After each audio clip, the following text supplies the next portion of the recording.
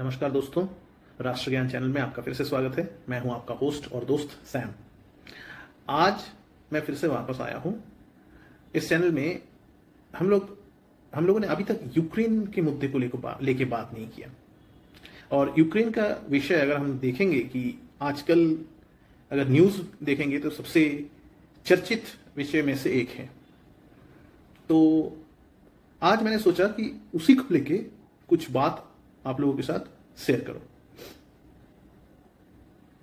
अब आप लोगों को शायद पता ही है कि व्लादिमीर ज़ेलेंस्की जो कि यूक्रेन प्रेसिडेंट हैं, वो कुछ ही दिनों पहले व्हाइट हाउस में डोनाल्ड ट्रंप यानी यूएस प्रेसिडेंट से मिलने गए थे।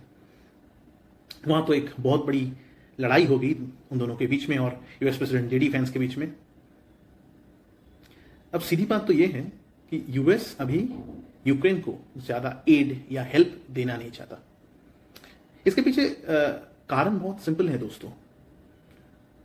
आजकल पूरी दुनिया में कोई भी देश मुफ्त में थैंकलेस एफर्ट या जिसका कोई रिटर्न नहीं है ऐसा कोई काम करना नहीं चाहता। अब अभी आप सोच सकते हैं कि यूरोप तो फिर भी अभी भी बैकिंग करने के लिए या सपोर्ट करने के लिए तैयार है। अब यूरोप का अगर सपोर्ट का मामला अगर आप देखेंगे तो वो थोड़ी अलग मैटर है, क्योंकि यूरोप के लिए रशिया एक बहुत बड़ी थ्रेट है। रशिया उनके एकदम नजदीकी एक नेबर के जैसा है। अगर रशिया अटैक करें तो इन लोगों को एक साथ होकर लड़ना ही पड़ेगा। लेकिन यूएस के साथ बात ऐसा नहीं है, क्योंकि यूएस और रशिया के बीच में दोनों साइड में पैसिफिक ओशन है और अटलांटिक ओशन है। अगर आप नोटिस करेंगे रिसेंट टाइम में यूएस प्रेसिडेंट डोनाल्ड ट्रंप ने कहा कि यूरोपियन लीडर्स को डिफेंस के ऊपर ज्यादा खर्चा करना चाहिए, क्योंकि अमेरिकन लीडर्स को यह धीरे धीरे लगने लगा था कि पूरे यूरोप का डिफेंस मेनली अमेरिका के ऊपर आके खड़ा हो गया। और अगर आप देखेंगे इनमें से मैक्सिमम कंट्रीज अपने टोटल जीडीपी का 2% भी या कुछ नेशन जस्ट मे बी 1% सिर्फ मतलब बस ये काइंड ऑफ दिखाने के लिए डिफेंस में खर्चा करते हैं, क्योंकि इन लोगों को लगता है नेटो में है तो यूएस तो हमें सपोर्ट करेगा ही या डिफेंड करेगा ही। नेटो रूल के हिसाब से अगर कोई भी एक कंट्री ये नेटो के नेटो के अंदर जो भी जितने भी देश हैं उनमें से किसी को भी अटैक होता है, किसी के ऊपर भी कोई अटैक आता है तो बाकी सारे कंट्रीज के ऊपर भी ये अटैक माना जाएगा एंड सारे कंट्री एक साथ मिलके उस अटैकर के आगे लड़ने के लिए आ जाएंगे। अब यही एक चीज यूएस को बॉदर करने लगा था, क्योंकि यूएस को लग रहा था कि बाकी सारे कंट्रीज कुछ ज्यादा ही यूएस के ऊपर रिलाइड हो गए हैं। उन लोगों का रिलायंस कुछ ज्यादा ही आ गया है यूएस के ऊपर और इसका कोई रिटर्न यूनाइटेड स्टेट्स को मिल नहीं रहा था।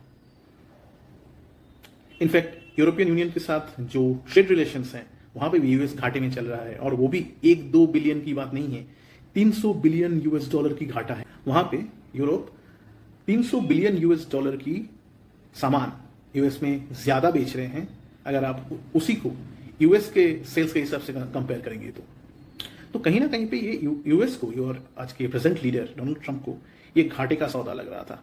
और वो तो है ही बिजनेसमैन, तो उनको लगा था कि ये यूएस के साथ सही नहीं हो रहा है, ये यूएस इकोनॉमी के ऊपर एक्स्ट्रा दबाव बना रहा है।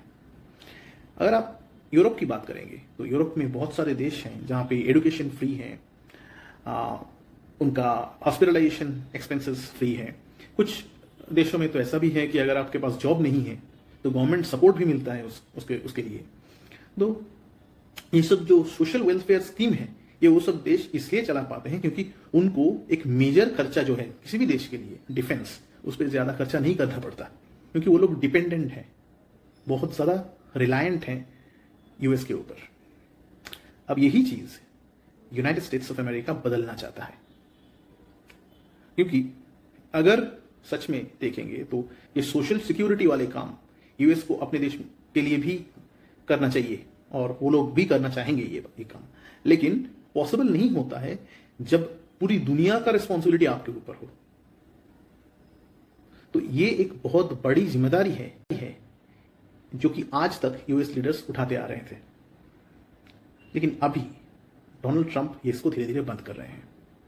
उन्होंने ये धमकी तक दिया था कि वो यूरोप से आने वाले हर एक गुड्स के ऊपर एक 25% का टैरिफ लगाएंगे, इंपोर्ट ड्यूटी, ताकि वो जो ट्रेड इम्बैलेंस है, जो लॉस या घाटा उनको दिख रहा है यूरोप के साथ ट्रेड में, उसको वो बैलेंस कर पाए। अब इसी हालत में जब जेलेंस्की उनके पास आए तो जेलेंस्की से वो मिनरल डील मांग रहे थे। लेकिन ये जो डील यूएस के लिए इंपॉर्टेंट था, अब उसको साइन करने के लिए थोड़ी बहुत आप कह सकते हैं कि ऑप्टिक्स या पूरी दुनिया के मीडिया के सामने एक मीडिया का एक आप बोल सकते हैं फोकस लेने के लिए जेलेंस्की यूएस आए और यूएस में वो डील साइन करना चाहते थे। इस डील और डिस्कशंस के बीच जब डोनाल्ड ट्रंप और US vice president JD Vance ने मिस्टर जेलेंस्की को, यूक्रेन के प्रेसिडेंट को, थोड़ा रियलिस्टिकली सोचने के लिए मतलब सजेशन दिया, तब ये जेलेंस्की को अच्छा नहीं लगा और इसको लेके दोनों में बात बढ़ते चला गया कि सच में ये कितना यूएस के ऊपर थैंकफुल है या नहीं है, इसको यूएस की तरफ ग्रेटफुल है या नहीं है, ये सब को लेके इन लोगों के बीच में बहस बढ़ता चला गया और फाइनली ये डील कैंसिल्ड हो गया। अब ये एक बात तो यूएस प्रेसिडेंट ट्रंप ने क्लियर कर ही दिया है कि अगर ये जंग को रोकना है तो कहीं ना कहीं पे यूक्रेन को कॉम्प्रोमाइज या कुछ ना कुछ छोड़ना पड़ेगा, मतलब कॉम्प्रोमाइज मतलब कुछ ना कुछ छोड़ना पड़ेगा। लेकिन अब बात यहां पे आती है कि यूक्रेन को इस मामले में और कहां से सपोर्ट मिल सकता है। अब ये सब सुनने के बाद जेलेंस्की तो यूएस से चले गए और वो यूरोपियन लीडर्स के पास पहुंच गए हेल्प मांगने के लिए। अब यूरोपियन लीडर्स के लिए सबसे बड़ी मुसीबत यहीं पे शुरू होती है। सारे कंट्रीज, यूरोपियन कंट्रीज, इनको तो कहीं ना कहीं पे डर है रशिया से, लेकिन अगर यूएस नहीं रहा, क्या वो लोग सस्टेन कर पाएंगे रशिया के सामने? फर्स्ट। सेकंड बात यह है कि अगर ये लोग यूक्रेन को हेल्प करते हैं तो क्या ये लोग इक्वली सोशल सिक्योरिटी स्कीम्स अपने देशों में चला पाएंगे? गवर्नमेंट क्या इतना सिटीजन फ्रेंडली रह पाएगा? अब यही सब सवालों का जवाब मिलना बाकी है। अब यूक्रेन को हेल्प तो मैक्सिमम यूरोपियन कंट्रीज करना चाहता है, लेकिन वो हेल्प और यूएस से मिलने वाला हेल्प दोनों में एक अंतर है। जैसे कि यूएस जो भी हेल्प करता था यूक्रेन को, वो एड के रूप में करता था, मतलब एक कंप्लीट हेल्प, उसके लिए कुछ रिटर्न देना नहीं पड़ता था यूक्रेन को, और उसके साथ हथियार, सारा सप्लाई। लेकिन अगर यूएस नहीं रहा तो क्या यूरोपियन यूनियन उतना हथियार, उतना पैसा, मतलब टोटल फंड मिला के सप्लाई कर पाएगा? अगर आप कुछ ही दिनों पहले जब ये यूक्रेन प्रेसिडेंट यूएस से लौट के सीधा यूके आए थे, अगर उन दोनों के बीच में जो बात हुआ वो अगर सुनेंगे तो हाँ आपको दिखेगा कि यूके ने कमिट तो किया है, लेकिन 2.26 बिलियन पाउंड्स का लोन का एक्चुअली प्रोविजन उन लोगों ने बनाया है, जो कि उन्होंने कमिट किया।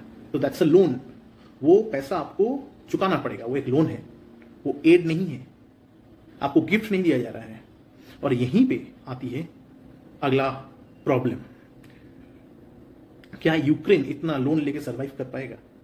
और ये थैंकलेस वॉर जहां कोई रिटर्न नहीं है, ये लड़ाई चलते जा रहा है, 3 साल हो गया, तब तक यूरोप भी इसको फंड कर पाएगा? ये सब सवाल सारे यूरोपियन यूनियन लीडर्स को अभी सोचना पड़ेगा। अब यूरोपियन लीडर्स इसको लेके ऑलरेडी, इस मुद्दे को लेके बातचीत करना चालू कर दिए हैं, और जर्मनी के जो फ्यूचर लीडर्स हैं यहाँ पे जर्मनी में, शायद आप लोगों को पता है कि वहाँ पे अभी राइट विंग पॉलिटिकल पार्टीज जीत के पावर में वापस आ गए हैं बहुत दिनों के बाद, और ये लोग चाहते हैं कि यूएस को छोड़ के कनाडा और यूरोप मिलकर सिर्फ अपना एक स्ट्रॉन्ग डिफेंस मैकेनिज्म बना ले, क्योंकि ऐसे यूएस के ऊपर डिपेंडेंट बन के रहना शायद उन लोगों को सही नहीं लग रहा। तो अगर इन लोगों को अपने डिफेंस पे खर्चा करना है, यूक्रेन को इतना इजीली, इतने हाई अमाउंट का सपोर्ट कर पाएंगे, ये एक बहुत बड़ी क्वेश्चन है। इसी के साथ शायद दोस्तों आप लोगों को धीरे धीरे एक प्रैक्टिकल और थोड़ी आप कह सकते हैं right wing less liberal government का एक सोच देखने को मिलने वाला है। ये यूरोप से चालू तो हो गया है, यूएस में भी चालू हुआ है। डोनाल्ड ट्रंप एकदम प्रैक्टिकल सोचते हैं। क्या यूएस के लिए सही है? सिर्फ यही सोचना चाहते हैं। पूरे वर्ल्ड का पुलिसमैन बन के रहने का ख्वाब एटलीस्ट डोनाल्ड ट्रंप तो नहीं देखते। तो अब धीरे धीरे यही वाला सोच शायद सारे लीडर्स अपनाना चालू कर देंगे। अब अगर आप इमिग्रेशन को लेके ही देखें, पहले पूरे वर्ल्ड में कहीं पे कुछ इशू हो तो किसी भी देश में वहां से लोग अगर रिफ्यूजी बन के किसी यूरोपियन कंट्रीज में आते थे या यूएस में भी आते थे तो हमेशा उन लोगों को पनाह दिया जाता था। लेकिन अब धीरे धीरे वो कल्चर चेंज हो रहा है, क्योंकि ये एक भारी दबाव बना रहा है उस कंट्री के इकोनॉमी के ऊपर,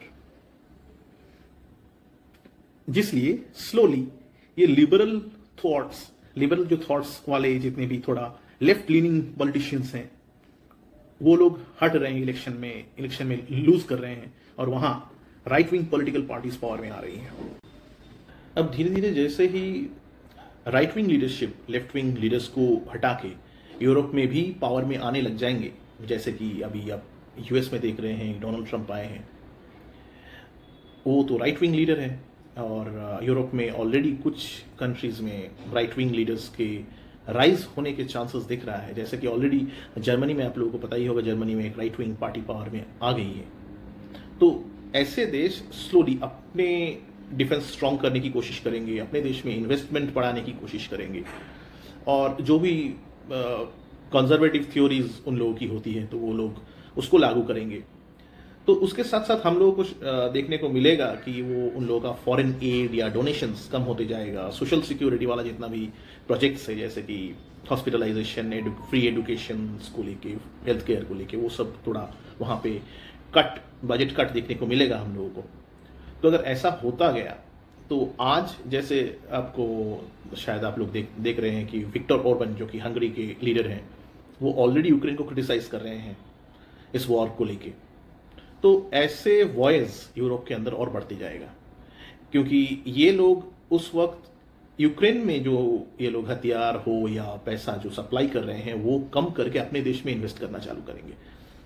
और उस वक्त हो सकता है कि यूक्रेन को पीस एग्रीमेंट साइन करना पड़े रशिया के साथ, और वो भी एक कुछ अच्छा खासा कॉम्प्रोमाइज के साथ, जो कि आज प्रेसिडेंट डोनाल्ड ट्रंप बोल रहे थे।